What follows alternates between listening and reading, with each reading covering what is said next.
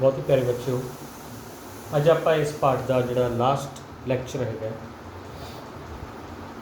जिस आप बिजल चुंबकी प्रेरण बारे पढ़ांगे।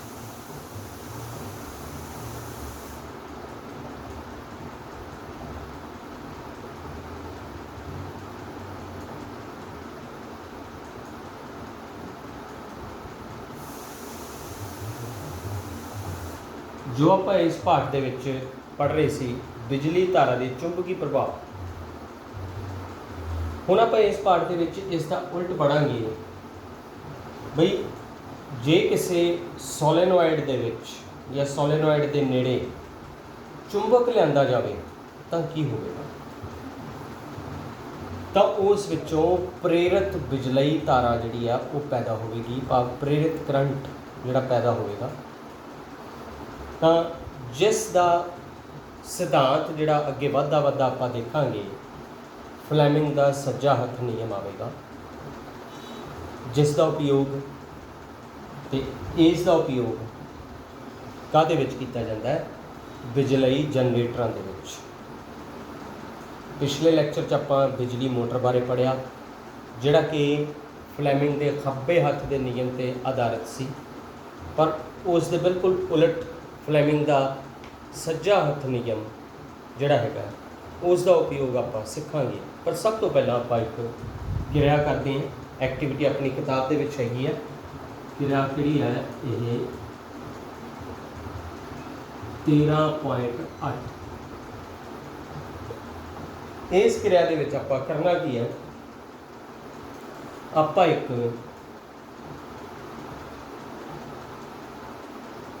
रोधित तारा की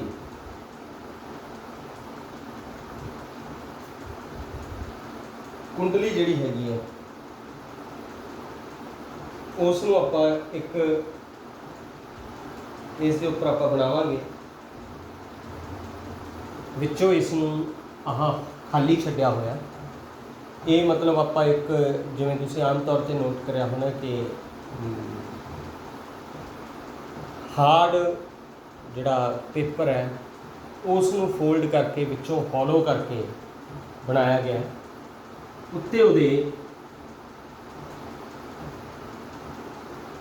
रोधित तांबे दीयां तारां दी कुंडली है, तो उस कुंडली का आप जिहड़ा कनैक्शन है वो उहदे नाल कीता होया आपां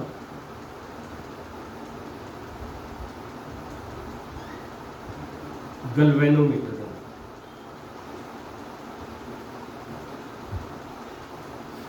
रोधित तारा जिन्हों की कुंडली बनाई हुई है या जिन्होंने आप पहला पढ़िया हुआ है सोलेनोइड, गलवेनोमीटर नाल कनैक्टेड है। हुण आप ये चैक करांगे कि गलवेनोमीटर जिहड़ा हैगा उहदे विच जिहड़ी सूई है उहदी डिफ्लैक्शन आप नोट करनी है। पर ये दो सिरे रख लेने हैं, एक इहदा सिरा आप रखिया ए, एक सिरा रखा इसका बी। हुण जदों एक छड़ चुंबक आप इत्थे लियावांगे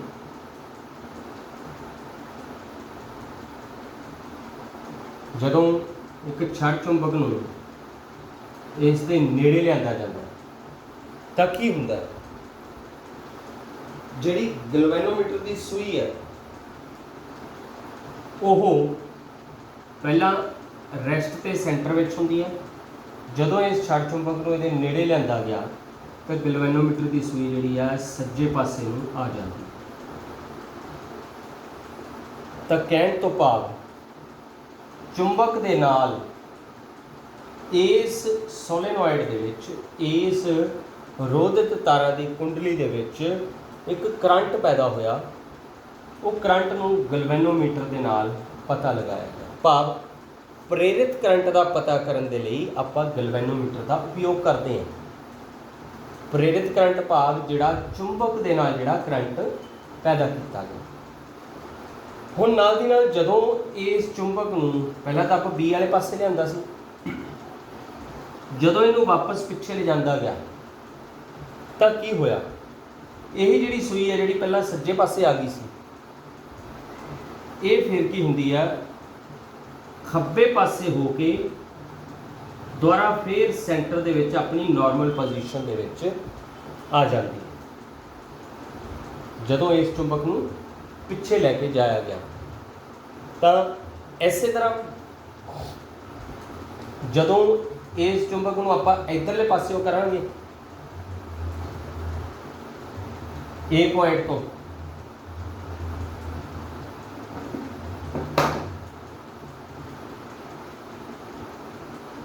ए पॉइंट ते इधर नॉर्थ ते इधर साउथ लिया गया, तो जिहड़ी सूई पहले सज्जे पासे मुड़ी सी वो हुण किधर नूं मुड़ेगी खब्बे पासे। ठीक, जदों एकदम इनू वापस फिर पिछे लिजाया गया, यही सूई फिर सज्जे पासे नूं मुड़ के एकदम जीरो ते वापस आ गई। तो ये जिहड़ी अपनी 13.8 क्रिया जिहड़ी हैगी है उस दे विच ये होया, मतलब इस क्रिया तो आपां नूं स्पष्ट हो गया कि सर्किट दे विच प्रेरित बिजलई करंट जिहड़ा सीगा ओह पैदा होया, पर वो जिहड़ा प्रेरित बिजलई करंट है वो काहदे नाल पैदा किया गया? चुंबक दे नाल। जे इत्थे चुंबक ना हुंदा फिर इस विच गैल्वेनोमीटर की सूई जिहड़ी है वो बिल्कुल नहीं हिलेगी, वो नॉर्मल अपनी उस अवस्था में रहे। तो गैल्वेनोमीटर जिहड़ा है ये आपां नूं प्रवाहित बिजलई धारा जिहड़ी हैगी है उस दे बारे आपां नूं दसदा है। तो इस क्रिया तो ये स्पष्ट हो गया कि कुंडली के सापेक्ष चुंबक की गति प्रेरित पोटेंशियल अंतर उत्पन्न करती है, जिसके नतीजे वजों सर्किट विच बिजलई धारा प्रवाहित होती है। हुण इहदे विच एक गल तुसीं नोट करो कि इस सूई की मूवमेंट उदों ही होनी है जदों चुंबक नूं इहदे द्वारे हिलाया गया, उसकी मूवमेंट हुई, चाहे वो इधरले पासे होवे चाहे वो इधरले पासे हो। पर जदों वो चुंबक जे इत्थे भी चाहे पिया आराम की अवस्था च पिया या इत्थे भी आराम की अवस्था च पिया, तो गैल्वेनोमीटर की सूई जीरो ते रहेगी। मतलब कंसर्न है भी जे मोशन होया चुंबक का, उस मोशन के नाल ही इस रोधित तारा की कुंडली विचों बिजलई धारा जिहड़ी आ प्रेरित होवेगी, जिसनों आपां प्रेरित बिजलई धारा इंड्यूस्ड करंट भी कहने। हुण इस तरह अपने को एक होर एक्टिविटी है अपनी क्रिया 13.9, उस क्रिया दे विच आपां की करांगे, इत्थे आपां गैल्वेनोमीटर लगाया, गैल्वेनोमीटर की जगह ते आपां लगावांगे बैटरी ते एक आपां इत्थे लावांगे कुंजी। इधर उसका पॉजिटिव टर्मिनल है, इधर उसका नेगेटिव टर्मिनल है। तो इस विचली जिहड़ी आपां खाली होर रखी हुई है विच जिहड़ी, इस ते एक होर कोयल आपां चढ़ावांगे, एक होर कुंडली चढ़ावांगे। आ हैगी अपनी कुंडली एक,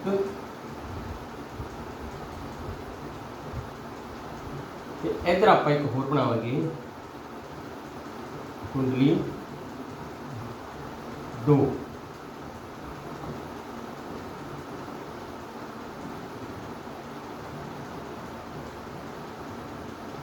इस कुंडली दे विच आपां की लावांगे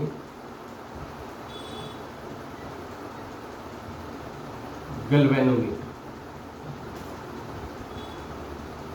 जिसकी सूई स्टेबल अवस्था विच पई। ये अपनी हैगी है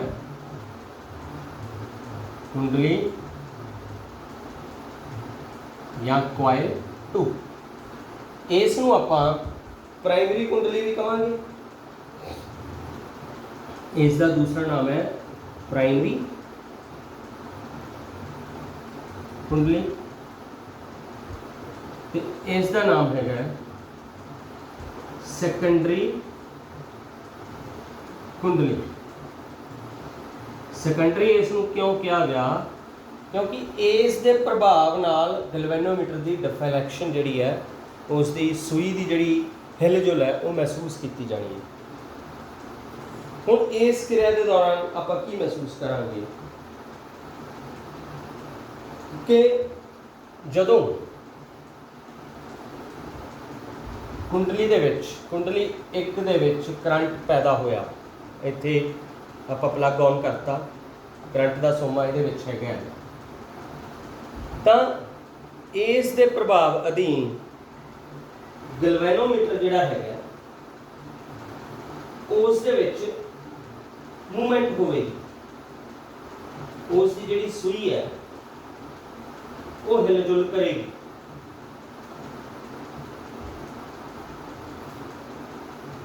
ਆਪਾਂ ਵੇਖਾਂਗੇ ਵੀ ਗੈਲਵੇਨੋਮੀਟਰ ਦੀ ਸੂਈ ਤੁਰੰਤ ਹੀ ਇੱਕ ਦਿਸ਼ਾ ਵਿੱਚ ਤੀਬਰਤਾ ਨਾਲ ਵਿਖੇਪਿਤ ਹੋ ਕੇ ਉਸੇ ਗਤੀ ਨਾਲ ਜਲਦੀ ਵਾਪਸ ਜ਼ੀਰੋ ਤੇ ਆ ਜਾਂਦੀ ਹੈ। ਇਹ ਕੁੰਡਲੀ 2 ਵਿੱਚ ਅਸਥਾਈ ਬਿਜਲੀ ਧਾਰਾ ਉਤਪੰਨ ਹੋਣਾ ਸੂਚਿਤ ਕਰਦੀ ਹੈ। ਹੁਣ ਆਪਾਂ ਇੱਥੋਂ ਕੁੰਜੀ ਜਿਹੜੀ ਹੈਗੀ ਆ ਉਹਨੂੰ ਆਫ ਕਰ ਦਾਂਗੇ, ਸਵਿਚ ਜਿਹੜਾ ਆਫ ਕਰ ਦਾਂਗੇ, ਤਾਂ ਪਹਿਲਾਂ ਇੱਕ ਵਾਰੀ ਜਿਹੜੀ ਕੋਇਲ ਹੈ, ਜਿਹੜੀ ਸੂਈ ਆ ਉਹ ਸੱਜੇ ਪਾਸੇ ਜਾ ਕੇ ਇੱਕਦਮ ਜ਼ੀਰੋ ਤੇ ਵਾਪਸ ਆ ਜਾਏਗੀ। ਜਦੋਂ ਆਪਾਂ ਇਹਨੂੰ ਆਫ ਕਰ ਦਾਂਗੇ ਫਿਰ ਸੂਈ ਖੱਬੇ ਪਾਸੇ ਆ ਕੇ ਫਿਰ ਜ਼ੀਰੋ ਤੇ ਚਲੀ ਜਾਵੇਗੀ। ਤਾਂ ਇਹਨਾਂ ਦੋਨਾਂ ਕਿਰਿਆਵਾਂ ਤੋਂ ਆਪਣੇ ਕੋਲੇ ਨਤੀਜਾ ਕੀ ਨਿਕਲਿਆ?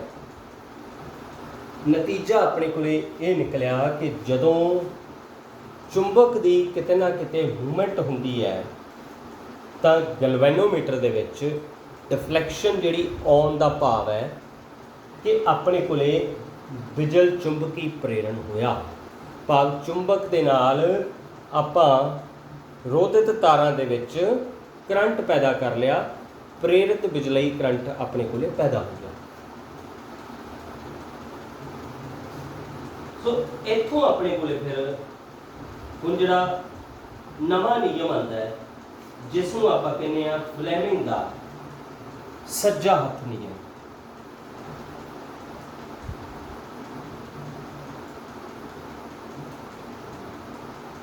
ਫਲੈਮਿੰਗ ਦਾ ਸੱਜਾ ਹੱਥ ਨਿਯਮ।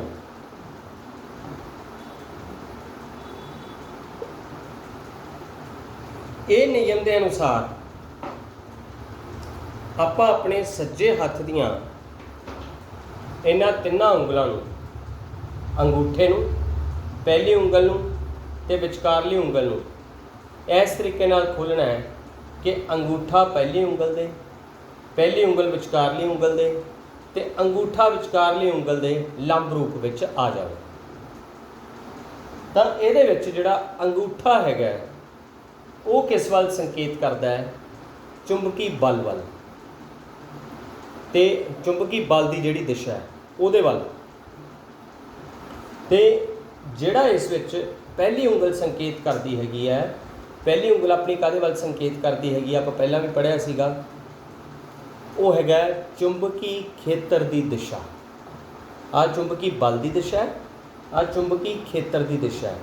ਤੇ ਜਿਹੜੀ ਵਿਚਕਾਰਲੀ ਉਂਗਲ ਹੈ ਉਹ ਆਪਣੇ ਕੋਲੇ ਕਿਸ ਵੱਲ ਸੰਕੇਤ ਕਰੇਗੀ? ਪ੍ਰੇਰਿਤ ਬਿਜਲਈ ਧਾਰਾ ਵੱਲ।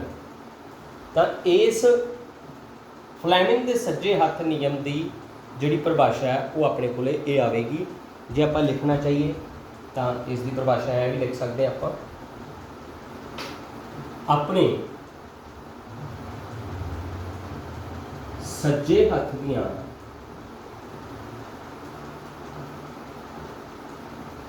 ਸੱਜੇ ਹੱਥ ਦੇ ਅੰਗੂਠੇ, ਪਹਿਲੀ ਉਂਗਲ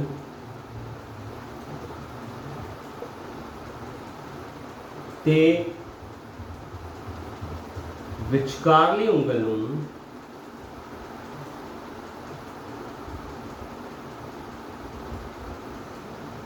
इस प्रकार खोलो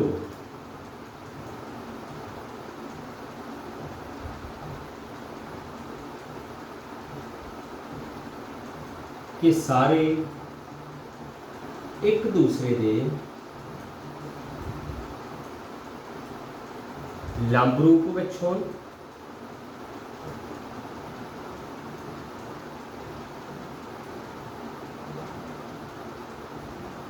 अंगूठा लग रहे चुंबकी बल, कौमा पहली उंगल लग रहे चुंबकी बल की दिशा, बल की दिशा वाल, कौमा पहली उंगल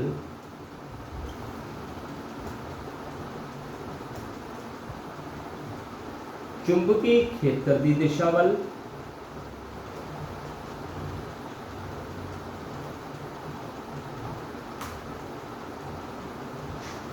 जबकि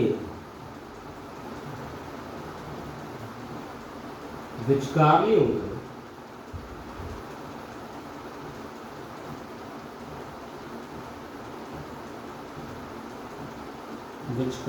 उंगल प्रेरित बिजलई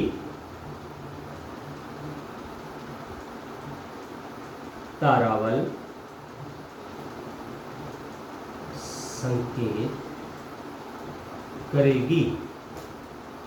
तो ये अपने को फ्लैमिंग के सज्जे हथ नियम की परिभाषा आ गई।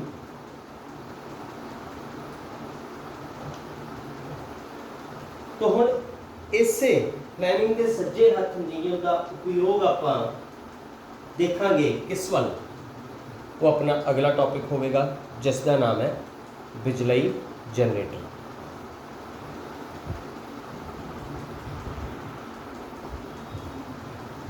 बच्चे हुण आपां बिजलई जनरेटर की बनतर बारे समझांगे।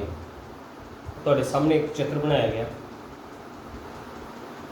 जो कि फ्लैमिंग के सज्जे हथ के नियम अनुसार काम करता है।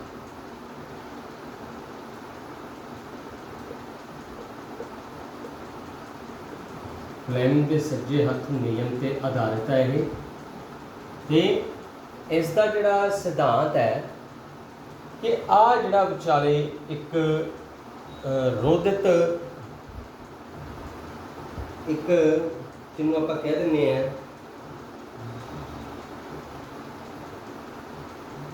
एक मिनट बच्चों दस ये एक उसकी धुरी है, एक्सल है। धुरी नूं घुमाया जाता है, भाव जिहड़ी धुरी की यंत्रिक ऊर्जा हैगी है उही इस पूरी कुंडली दे विच बिजलई धारा जिहड़ी प्रेरित बिजलई धारा वो पैदा करती है। तो ये याद रखनी है भी यंत्रिक ऊर्जा करके बिजलई धारा जिहड़ी इस विच पैदा होंदी हैगी है। जबकि जिहड़ा आपां पहलां मोटर बारे पढ़िया उस दे सिद्धांत विच ये शामिल सी कि जिहड़ी अपनी बिजलई धारा दे नाल यंत्रिक ऊर्जा पैदा होती है। मतलब जिहड़ी पक्खा चलदा है, कोई वर्क हो रहा, यंत्रिक ऊर्जा उस विच पैदा होती है। पर इस दे विच की है कि जिहड़ी आ धुरी है इस नूं घुमाया जाता है। हुण इस नूं घुमाउण दे लई जनरेटर दे विच तेल पाया जाता है, डीजल। सो उस डीजल का मुख्य मकसद यही होंदा है कि ये धुरी घूमे, क्योंकि जे ये धुरी घूमूगी तां ही जाके उस तो बिजली पैदा होनी है। हुण ये सिंपल जिहा बेसिक दस्सिया सी, पर सब तो पहला आपां इहदे हिस्से देख लैंदे हां की है। चुंबक के उत्तरी ते दक्षिणी ध्रुव दे विच आपका चुंबकी खेत्र है, उस दे लंबात्मक रूप दे विच आ एक बिजली की क्वाइल रखी गई है, आयताकार क्वाइल, जिसनों कनैक्ट किया होया दो पूरे छल्लियां दे नाल। जिहड़ी आ हैगी है इस छल्ले नाल कनैक्टेड है, जिन्हों R1 कहा गया, रिंग 1। जिहड़ी उधरों तार आ रही है उन्होंने R2 नाल कनैक्ट किया होया, ਜਿਹੜੀਆਂ कि इस धुरी के उपर फिट है तो घूम नहीं हो गया वो उपर, ये नहीं भी पक्के तौर पर फिट है, ये फ्लैक्सीबल है। ਵੀ ਜਿਵੇਂ ਜਿਵੇਂ ਧੁਰੀ ਘੁੰਮੇਗੀ ਇਹਦੇ ਵਿੱਚ ਵੀ ਮੂਵਮੈਂਟ ਜਿਹੜੀ ਆ ਉਹ ਹੋਵੇਗੀ। ਹੁਣ ਇੱਧਰਲੇ ਪਾਸੇ ਦੋ ਬ੍ਰਸ਼ਿਸ ਹੈ, B1 ਹੈ, B2 ਹੈ। ਬ੍ਰਸ਼ B1 ਜਿਹੜਾ ਹੈਗਾ ਰਿੰਗ R1 ਦੇ ਸੰਪਰਕ 'ਚ ਹੈ, ਬ੍ਰਸ਼ B2 ਜਿਹੜਾ ਹੈਗਾ ਰਿੰਗ R2 ਦੇ ਸੰਪਰਕ 'ਚ ਹੈ, ਛੱਲੇ R2 ਦੇ ਸੰਪਰਕ ਵਿੱਚ। ਇਹ ਦੋਨੇ ਬ੍ਰਸ਼ਿਸ ਨੂੰ ਕਨੈਕਟ ਕੀਤਾ ਹੋਇਆ ਗੈਲਵੈਨੋਮੀਟਰ ਦੇ ਨਾਲ, ਜਿਸ ਨਾਲ ਕਿ ਜਿਹੜਾ ਪ੍ਰੇਰਿਤ ਬਿਜਲਈ ਕਰੰਟ ਹੈ ਉਸ ਦੀ ਮਾਤਰਾ ਨੂੰ ਮਾਪਿਆ ਜਾ ਸਕਦਾ ਹੈ। ਤੋ ਇਹ ਸੀ ਇਸ ਪੂਰੇ ਬਿਜਲਈ ਜਨਰੇਟਰ ਦੀ ਬਣਤਰ ਜਿਹੜੀ ਹੈ ਮੁੱਖ ਰੂਪ ਵਿੱਚ। ਹੁਣ ਮੈਂ ਤੁਹਾਨੂੰ ਇਹਦੀ ਕਾਰਜ ਵਿਧੀ ਸਮਝਾਉਂਦਾ। ਕਾਰਜ ਵਿਧੀ ਕੀ ਹੈ ਕਿ ਜਦੋਂ ਧੁਰੀ ਨੂੰ ਘੁਮਾਇਆ ਗਿਆ, ਧੁਰੀ ਨੂੰ ਘੁਮਾਉਣ ਦੇ ਨਾਲ ਕੁੰਡਲੀ ਦੀ ਭੁਜਾ AB ਜਿਹੜੀ ਹੈਗੀ ਹੈ ਉੱਪਰ ਵੱਲ ਜਾਂਦੀ ਹੈ ਤੇ ਸਥਾਈ ਚੁੰਬਕ ਦੁਆਰਾ ਉਤਪੰਨ ਖੇਤਰ ਵਿੱਚ ਗਤੀ ਕਰਦੀ ਹੈ ਅਤੇ ਕੁੰਡਲੀ ਚੁੰਬਕੀ ਖੇਤਰ ਰੇਖਾਵਾਂ ਨੂੰ ਕੱਟਦੀ ਹੈ। ਤਾਂ ਇਸ ਦੌਰਾਨ ਕੀ ਹੁੰਦਾ ਹੈ ਕਿ ਆਹ ਜਿਹੜੀ ਕੁੰਡਲੀ ਹੈ ਇਹ ਕਲੌਕਵਾਈਜ਼ ਘੁੰਮਦੀ ਹੈ। ਤਾਂ ਕੁੰਡਲੀ ਜਦੋਂ ਕਲੌਕਵਾਈਜ਼ ਘੁੰਮੇਗੀ ਇਹਦਾ ਮਤਲਬ ਜਿਹੜਾ AB ਹੈ ਇਹ ਉੱਪਰ ਵੱਲ ਨੂੰ ਜਾਏਗਾ। ਸੱਜਾ ਹੱਥ ਨਿਯਮ ਦੇਖੋ ਕਿ ਕਰੰਟ ਜਿਹੜਾ ਹੈਗਾ ਉਹ ਕਿਹੜੀ ਦਿਸ਼ਾ ਵਿੱਚ ਹੈ, ਇਸ ਦਿਸ਼ਾ ਵਿੱਚ।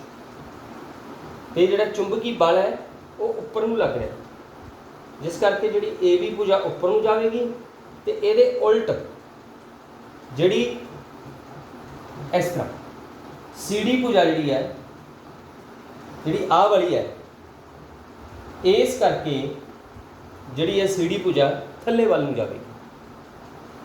ਤਾਂ ਹਾਫ ਰੋਟੇਸ਼ਨ ਉਸ ਦੀ ਪੂਰੀ ਹੋ ਗਈ। ਹੁਣ ਉਸ ਹਾਫ ਰੋਟੇਸ਼ਨ ਤੱਕ ਜਿਹੜਾ ਕਰੰਟ ਹੈਗਾ ਉਹ B2 ਤੋਂ ਲੈ ਕੇ B1 ਤੱਕ ਜਾਵੇਗਾ। ਹੁਣ ਕੀ ਹੋਵੇਗਾ ਕਿ ਅਗਲੀ ਹਾਫ ਰੋਟੇਸ਼ਨ ਲਈ ਜਿਹੜੀ CD ਹੈ ਉਹ ਇੱਥੇ ਆ ਜਾਏਗੀ ਤੇ AB ਜਿਹੜੀ ਭੁਜਾ ਹੈ ਇਹ ਇੱਥੇ ਆ ਜਾਏਗੀ। ਕਰੰਟ ਉਸੇ ਦਿਸ਼ਾ 'ਚ ਜਾ ਰਿਹਾ। ਤਾਂ ਹੁਣ ਜਿਹੜੀ CD ਹੈ, ਜਿਹੜੀ ਪਹਿਲਾਂ ਥੱਲੇ ਸੀ, ਹੁਣ ਉਹ CD ਜਿਹੜੀ ਹੈ ਉੱਪਰ ਵੱਲ ਨੂੰ ਆ ਜਾਏਗੀ, ਜਿਹੜੀ CD ਭੁਜਾ, ਤੇ AB ਭੁਜਾ ਜਿਹੜੀ ਹੈ ਇਹ ਥੱਲੇ ਵੱਲ ਨੂੰ ਜਾਵੇਗੀ।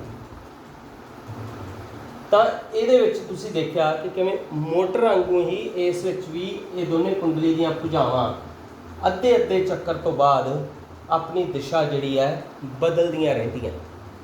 ਤਾਂ ਇਸ ਜਨਰੇਟਰ ਨੂੰ ਆਪਾਂ ਕਿਹੜਾ ਜਨਰੇਟਰ ਕਹਿੰਦੇ ਆ, AC ਬਿਜਲਈ ਜਨਰੇਟਰ, ਜਿਸ ਵਿੱਚ ਪਰਤਵਾਂ ਕਰੰਟ ਹੈ। ਵੀ ਜਿਹੜਾ ਕਰੰਟ ਹੈ ਦੋ ਦਿਸ਼ਾਵੀ ਹੈ। ਅੱਧੀ ਅੱਧੀ ਰੋਟੇਸ਼ਨ ਦੇ ਬਾਅਦ ਜਿਹੜਾ ਕਰੰਟ ਹੈ ਆਪਣੀ ਦਿਸ਼ਾ ਬਦਲ ਰਿਹਾ ਹੈ। ਪਹਿਲਾਂ AB ਦੀ ਦਿਸ਼ਾ A ਸੀ, ਫਿਰ AB ਦੀ ਦਿਸ਼ਾ A, ਪਹਿਲਾਂ CD ਦੀ ਦਿਸ਼ਾ A ਸੀ, ਫਿਰ CD ਦੀ ਦਿਸ਼ਾ A ਹੋ ਗਈ। ਤਾਂ ਅੱਧੀ ਅੱਧੀ ਰੋਟੇਸ਼ਨ ਤੋਂ ਬਾਅਦ ਤਾਂ ਅਜਿਹੇ ਬਿਜਲਈ ਜਨਰੇਟਰ ਨੂੰ ਆਪਾਂ AC ਬਿਜਲਈ ਜਨਰੇਟਰ ਕਹਿੰਦੇ ਆ। ਪਰ ਇੱਕ DC ਜਨਰੇਟਰ ਵੀ ਆਉਂਦਾ ਹੈ। DC ਜਨਰੇਟਰ ਨੂੰ ਕਿਵੇਂ ਉਪਯੋਗ ਵਿੱਚ ਲਿਆਂਦਾ ਜਾਂਦਾ ਹੈਗਾ, ਉੱਥੇ ਰਿੰਗ ਦੀ ਜਗ੍ਹਾ 'ਤੇ ਸਪਲਿਟ ਰਿੰਗ ਲਾ ਲਏ ਜਾਂਦੇ ਆ। ਤਾਂ ਸਪਲਿਟ ਰਿੰਗ ਲਾਉਣ ਦੇ ਨਾਲ ਉਹਦੇ ਵਿੱਚ ਜਿਹੜਾ ਕਰੰਟ ਹੈ ਉਹ ਇੱਕ ਦਿਸ਼ਾਵੀ ਹੋ ਜਾਂਦਾ ਹੈ। ਪਰ ਇੱਕ ਦਿਸ਼ਾਵੀ ਕਰੰਟ ਜਿਹੜਾ ਹੈਗਾ ਉਹ ਆਪਣੇ ਲਈ ਜ਼ਿਆਦਾ ਉਪਯੋਗੀ ਨਹੀਂ ਹੈਗਾ। AC ਕਰੰਟ ਜਿਹੜਾ ਹੈਗਾ, ਜਿਹਨੂੰ ਕਿ ਆਪਾਂ ਪਰਤਵਾਂ ਕਰੰਟ ਕਹਿੰਦੇ ਆ, ਇਹ ਆਪਣੇ ਲਈ ਜ਼ਿਆਦਾ ਉਪਯੋਗੀ ਹੈਗਾ। ਇਹਦੇ ਵਿੱਚ ਫਰਕ ਮੁੱਖ ਤੌਰ 'ਤੇ ਇਹੀ ਹੈ, ਇੱਕ ਤਾਂ AC ਜਨਰੇਟਰ ਦੇ ਵਿੱਚ ਪਰਤਵਾਂ ਕਰੰਟ ਪੈਦਾ ਕੀਤਾ ਜਾਂਦਾ, ਦੋ ਦਿਸ਼ਾਵੀ ਕਰੰਟ, ਪਰ DC ਜਨਰੇਟਰ ਵਿੱਚ ਸਿਰਫ ਇੱਕ ਦਿਸ਼ਾਵੀ ਕਰੰਟ ਪੈਦਾ ਕੀਤਾ ਜਾਂਦਾ ਹੈ। ਫਿਰ ਇਹ ਹੈ ਵੀ DC ਜਨਰੇਟਰ ਬਹੁਤ ਦੂਰੀ ਤੱਕ ਬਿਜਲਈ ਧਾਰਾ ਨੂੰ ਨਹੀਂ ਲੈ ਕੇ ਜਾ ਸਕਦਾ, ਪਰ AC ਜਨਰੇਟਰ ਨਾਲ ਜਿਹੜੀ ਬਿਜਲਈ ਧਾਰਾ ਪੈਦਾ ਕੀਤੀ ਹੈ ਉਹ ਬਹੁਤ ਦੂਰੀ ਤੱਕ ਪਹੁੰਚਾਈ ਜਾ ਸਕਦੀ ਹੈ।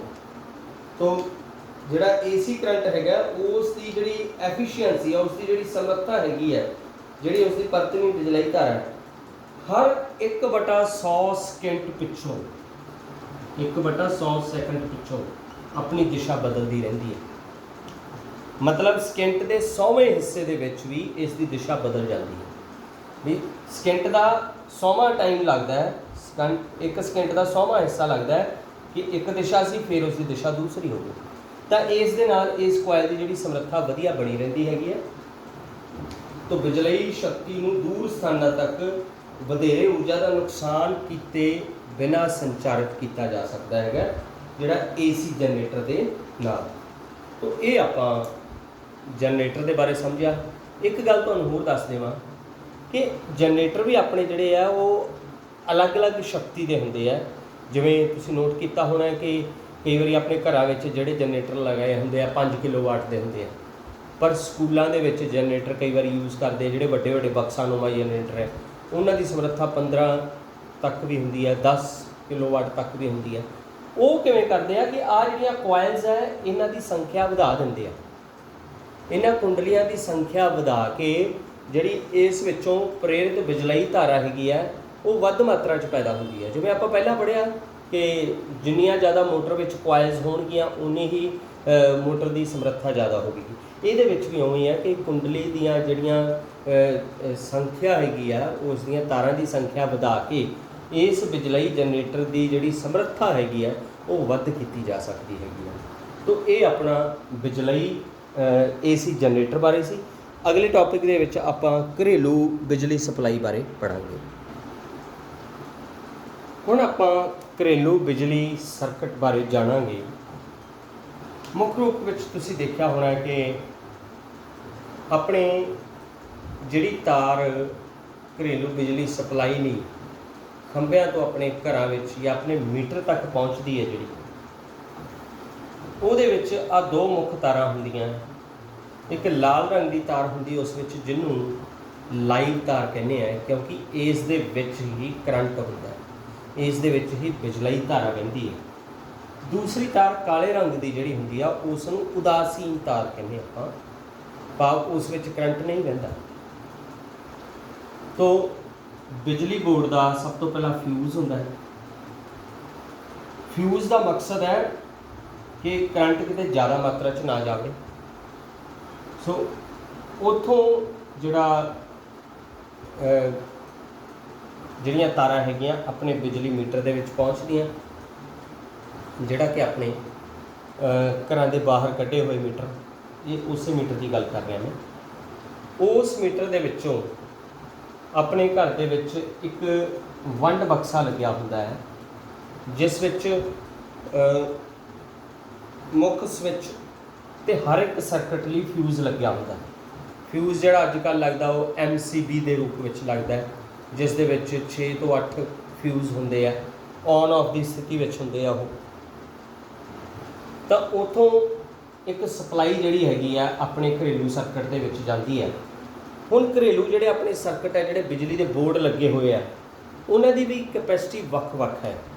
जे तां मान लो आम पक्खा या बल्ब जगाउणा हैगा तो उहदे लई जिहड़ा अपने बोर्ड लग्या होऊगा वो 5 एंपीयर के करंट की कैपेसिटी का लग्या होवेगा।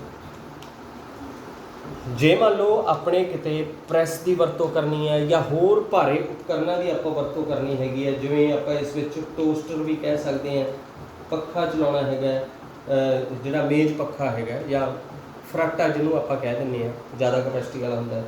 इस तरह जिहड़ा अपना फ्रिज हैगा जे उन्हां नूं चलाउणा है तो उहदे लई जिहड़ा अपने कोले बिजली का बोर्ड लगेगा उसकी कैपेसिटी 15 एंपीयर तक हो सकती है। तुसीं नोट किया होना कि तुसीं जे फ्रिज या इस तरह के टोस्टर या प्रैस इन्हां उपकरणों के विच आम तौर पर वरत लो तो थोड़े दिनों बाद जिहड़ा प्लग हैगा वो सड़ना शुरू हो जाता है। वो सड़न का कारण यही है कि वो प्लग जिहड़ा हैगा इस प्रैस की वरतों की कैपेसिटी का नहीं हैगा, ਉਹਦੇ ਲਈ ਆਪਾਂ ਨੂੰ ਪਾਵਰ ਪਲੱਗ ਲਗਾਉਣੇ ਪੈਂਦੇ ਹੈਗੇ ਆ। ਪਾਵਰ ਪਲੱਗ ਦੀ ਕਪੈਸਿਟੀ ਜ਼ਿਆਦਾ ਹੁੰਦੀ ਹੈ ਤਾਂ ਉਹ ਪਲੱਗਾਂ ਦੀ ਕਪੈਸਿਟੀ ਵੀ ਉਸ ਹਿਸਾਬ ਨਾਲ ਆਪਾਂ ਵੰਡੀ ਹੋਈ ਹੈ। ਤਾਂ ਇਹ ਘਰੇਲੂ ਬਿਜਲੀ ਸਪਲਾਈ ਦੇ ਵਿੱਚ ਇਸ ਤਰ੍ਹਾਂ ਆਪਾਂ ਬਿਜਲੀ ਦੇ ਬੋਰਡ ਜਿਹੜੇ ਆ ਉਹ ਲਗਾ ਸਕਦੇ ਹੈਗੇ ਆ। ਤਾਂ ਹੁਣ ਇਹਦੇ ਵਿੱਚ ਘਰੇਲੂ ਬਿਜਲੀ ਸਪਲਾਈ ਦੇ ਵਿੱਚ ਪੋਟੈਂਸ਼ੀਅਲ ਅੰਤਰ ਹਮੇਸ਼ਾ ਫਿਕਸ ਹੁੰਦਾ ਹੈ 220 ਵੋਲਟ ਦਾ। ਇਹ ਕਦੇ ਵੀ ਤੁਸੀਂ ਨੋਟ ਕਰ ਲਓ, ਤੁਹਾਡੇ ਮੀਟਰਾਂ 'ਤੇ ਵੀ ਕਈ ਵਾਰੀ ਇੰਡੀਕੇਟ ਕੀਤਾ ਹੁੰਦਾ ਕਿ ਇਹ 220 ਵੋਲਟ ਦੀ ਕਪੈਸਿਟੀ ਦਾ ਜਿਹੜਾ ਆਪਣੇ ਮੀਟਰ ਹੈਗਾ। ਤਾਂ ਹੁਣ ਜਦੋਂ ਆਪਣੇ ਘਰੇਲੂ ਬਿਜਲੀ ਸਪਲਾਈ ਦੇ ਵਿੱਚ ਸਵਿਚ ਲੱਗ ਜਾਂਦੇ ਆ ਤਾਂ ਸਵਿੱਚਾਂ ਦੇ ਵਿੱਚ ਜਿਹੜੇ ਆਪਾਂ ਸਵਿਚ ਜਿਹੜੇ ਆ ਉਹ ਉਪਕਰਨ ਜਿੰਨੇ ਵੀ ਲਗਾਏ ਜਾਂਦੇ ਹੈਗੇ ਆ ਉਹ ਸਮਾਂਤਰ ਰੂਪ ਵਿੱਚ ਲਗਾਏ ਜਾਂਦੇ ਆ।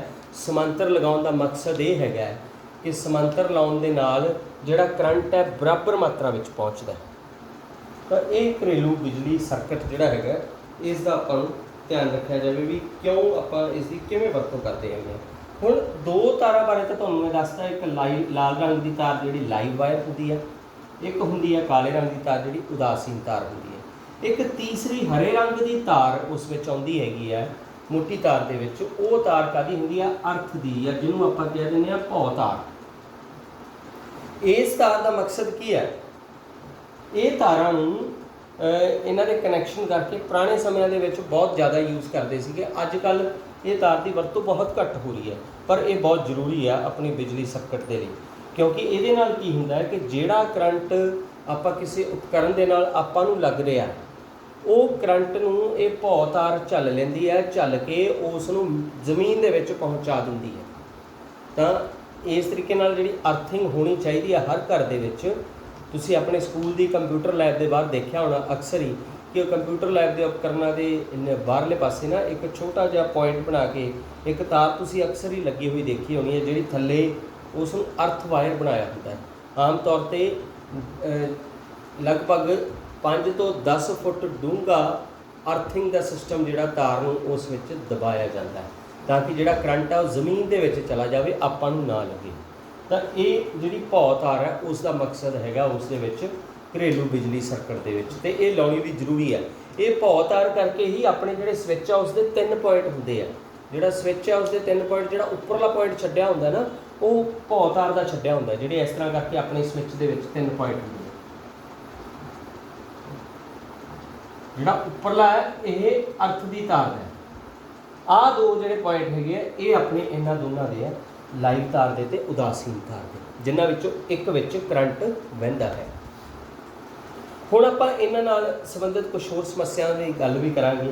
हुण सब तो पहले तुहानूं मैं फ्यूज़ बारे दसना चाहूँगा, जिहड़े फ्यूज़ वरते जाते हैं। फ्यूज़ां बारे शायद तुसीं पहलां भी किते पढ़िया है, पिछले बिजली वाले पार्ट दे विच भी उस च तुहानूं समझाया सी कि फ्यूज़ जिहड़ा हैगा उसकी जिहड़ी तार वरती जाती है उच्च पिघलाऊ अंक वाली हुंदी है। जे बिजलई तारा वध मात्रा में आ रही है तो तार की कैपेसिटी जिहड़ी हैगी है उन्नी नहीं हैगी, तो वो जिहड़ी फ्यूज़ की तार है ताकि वो जिहड़ा करंट है सर्किट दे विच पहुँच के होर उपकरणों नूं नष्ट ना करे, तो फ्यूज़ की तार पहले ही टुट जाती है, तो उस दे नाल जिहड़ा होर उपकरणों का होने वाला नुकसान है वो बच जाता है। तो इस करके अपने बिजलई उपकरणों ते जिथे अपना वंड बक्सा हैगा उत्थे फ्यूज़ लगे होने बहुत जरूरी है। डायरैक्ट जिहड़ी सप्लाई है बहुत खतरनाक हैगी है। हुण उसके बहुत सारे खतरे हैं। सब तो पहला तो एक खतरा है ओवरलोडिंग। ओवरलोडिंग दे विच की हुंदा है कि ओवरलोडिंग शब्द तो ही तुसीं समझ रहे हैं, जिवें कई बार आपां कह दिंदे कि जिवें ट्रक ते कोई समान लिजाया जा रहा हुंदा तो वो ट्रक दे विच लोड तो वध समान पै जांदा है, आपां कह दिंदे ओवरलोड हो गया, भी भार जिहड़ा जरूरत तो वध हो गया। तो बिल्कुल उस तरह जिहड़ियां तारां दे विच जिहड़ा करंट है बिजलई तारा जिहड़ी है जदों वो लोड तो वध लंघनी शुरू कर दिंदी है तो ओवरलोडिंग हो जाती है। तो ओवरलोडिंग के दौरान ओवरलोडिंग का मतलब सीधा जिहा मतलब ये है कि जदों उदासीन तार ते लाइव तार एक दूजे नाल जुड़ जांदियां हैं। हुण तुहानूं पता होना चाहिए कि लाइव तार दे विच करंट हुंदा है पर उदासीन तार च करंट नहीं हुंदा। तो ये मींह हनेरी दे दिनां विच आम ही अपनी जिहड़ी बिजली सप्लाई बंद कर दिंदे आ। उसदा कारण यही है कि कई बार तारां जुड़ जांदियां हवा की बहुत तेज़ मूवमेंट के करके, उदों की होंदा कि लाइव तार उदासीन तार नाल जुड़ जाती है। उहदे नाल ओवरलोडिंग मतलब घरां दे विच जिहड़ी बिजली आउंदी बिजली धारा आउंदी है वो उदासीन तारां 'च भी करंट आना शुरू हो जाता है। उहदे नाल यंत्र की जिहड़ी कैपेसिटी है उसकी समर्था तो वध करंट आ जाता है, जिस दे नाल यंत्र जिहड़े उपकरण हैगे बिजली के वो सड़ने शुरू हो जाते हैं। ये ओवरलोडिंग है। सो इस तो आपां नूं कौन बचाता है? फ्यूज़। जो ओवरलोडिंग होंगी है सब तो पहला फ्यूज़ आपां नूं बचाता है। फ्यूज़ की तार टुट जाती है तो अपने उपकरण जिहड़े सानूं बच जाते हैं। तो दूसरी गल इस विच आ जाती है एक शॉर्ट सर्किटिंग। शॉर्ट सर्किट दे विच की हुंदा है कि अजिही स्थिति जिस विच किसी सर्किट विच बिजलई धारा एकदम बहुत अधिक हो जाती है तो वो शॉर्ट सर्किट है, भाव जिहड़ा सर्किट है वो शॉर्ट हो गया। एक तार की उन्नी कैपेसिटी नहीं हुंदी ਪਰ ਉਹ ਕਪੈਸਿਟੀ ਤੋਂ ਵੱਧ ਉਹਦੇ ਵਿੱਚ ਕਰੰਟ ਆ ਜਾਣਾ, ਇਹ ਸ਼ਾਰਟ ਸਰਕਟ ਹੈਗਾ। ਤੋ ਇਹ ਦੋ ਜਿਹੜੇ ਨੁਕਸਾਨ ਹੈਗੇ ਆ ਇਹ ਆਮ ਤੌਰ 'ਤੇ ਹੀ ਆ ਜਾਂਦੇ ਕਈ ਥਾਵਾਂ 'ਤੇ, ਜਿਸ ਨਾਲ ਕਿ ਪੂਰੇ ਦੇ ਪੂਰੇ ਪੰਡਾਲ ਜਿਹੜੇ ਹੈਗੇ ਆ ਉਹ ਤਬਾਹ ਹੋ ਜਾਂਦੇ ਆ ਇਸ ਓਵਰਲੋਡਿੰਗ ਤੇ ਸ਼ਾਰਟ ਸਰਕਟਿੰਗ ਦੇ ਕਰਕੇ। ਤੋ ਇੱਕ ਡੱਬ ਵਾਲੀ ਦੇ ਵਿੱਚ ਬਹੁਤ ਸਾਲ ਪਹਿਲਾਂ ਇੱਕ ਕੋਈ ਸਕੂਲ ਦੇ ਵਿੱਚ ਫੰਕਸ਼ਨ ਚੱਲ ਰਿਹਾ ਸੀਗਾ, ਤਾਂ ਉੱਥੇ ਇਹਨਾਂ ਪ੍ਰੋਬਲਮਸ ਕਰਕੇ ਹੀ ਟੈਂਟ ਦਾ ਸਿਸਟਮ ਸੀਗਾ ਪੂਰਾ ਉੱਥੇ, ਤੇ ਸਾਰੇ ਦੇ ਸਾਰੇ ਟੈਂਟ ਨੂੰ ਅੱਗ ਲੱਗ ਗਈ ਸੀਗੀ ਕਿਉਂਕਿ ਉੱਥੇ ਸ਼ਾਰਟ ਸਰਕਟ ਹੋ ਗਿਆ ਸੀਗਾ। ਤਾਂ ਉਸ ਦੇ ਨਾਲ ਬਹੁਤ ਮਤਲਬ ਜਾਨੀ ਨੁਕਸਾਨ ਵੀ ਹੋਇਆ ਸੀਗਾ। ਤੋ ਇਹ ਆਮ ਤੌਰ 'ਤੇ ਸਰਕਟ ਦੇ ਵਿੱਚ ਬੜਾ ਧਿਆਨ ਰੱਖਣਾ ਚਾਹੀਦਾ। ਘਰੇਲੂ ਬਿਜਲੀ ਸਰਕਟ ਦੇ ਵਿੱਚ ਹਰ ਤਰ੍ਹਾਂ ਦਾ ਪ੍ਰਬੰਧ ਹੋਵੇ, ਉਹਦੇ 'ਚ ਫਿਊਜ਼ ਵੀ ਹੋਣਾ ਚਾਹੀਦਾ, ਵੰਡ ਬਕਸੇ ਦੇ ਵਿੱਚ ਆਪਣੇ ਫਿਊਜ਼ ਦੇ ਅਲੱਗ-ਅਲੱਗ MCB ਵੀ ਲੱਗੇ ਹੋਣੇ ਚਾਹੀਦੇ ਆ। ਤੋ ਉਹ ਜਿਹੜੇ ਫਿਊਜ਼ ਹੈ ਉਹ ਆਪਣੇ ਉਪਕਰਨਾਂ ਨੂੰ ਓਵਰਲੋਡਿੰਗ ਤੇ ਸ਼ਾਰਟ ਸਰਕਟਿੰਗ ਤੋਂ ਬਚਾਉਣ ਦਾ ਕੰਮ ਕਰਦੇ ਹੈਗੇ ਆ। ਤੋ ਇਹ ਆਪਣਾ ਜਿਹੜਾ ਪਾਠ ਸੀਗਾ ਬਿਜਲਈ ਤਾਰਾਂ ਦੇ ਚੁੰਬਕੀ ਪ੍ਰਭਾਵ। ਮੈਨੂੰ ਉਮੀਦ ਆ ਵੀ ਤੁਹਾਨੂੰ ਇਹ ਪਾਠ ਚੰਗੀ ਤਰ੍ਹਾਂ ਸਮਝ ਆਇਆ ਹੋਵੇਗਾ। ਜੇ ਨਾ ਸਮਝ ਆਇਆ ਹੋਵੇ ਤਾਂ ਤੁਹਾਡੇ ਕੋਲ ਪ੍ਰੋਵੀਜ਼ਨ ਹੈਗਾ, ਤੁਹਾਡੇ ਕੋਲ ਆਪਸ਼ਨ ਹੈਗੀ ਆ ਕਿ ਇਹਨਾਂ ਲੈਕਚਰਾਂ ਨੂੰ ਤੁਸੀਂ ਇੱਕ ਵਾਰੀ ਫੇਰ ਦੇਖੋ ਤੇ ਸਾਰੇ ਦੇ ਸਾਰੇ ਚੈਪਟਰ ਨੂੰ ਤੁਸੀਂ ਫੇਰ ਸਮਝ ਸਕੋ। ਤਾਂ ਬਹੁਤ ਬਹੁਤ ਧੰਨਵਾਦ।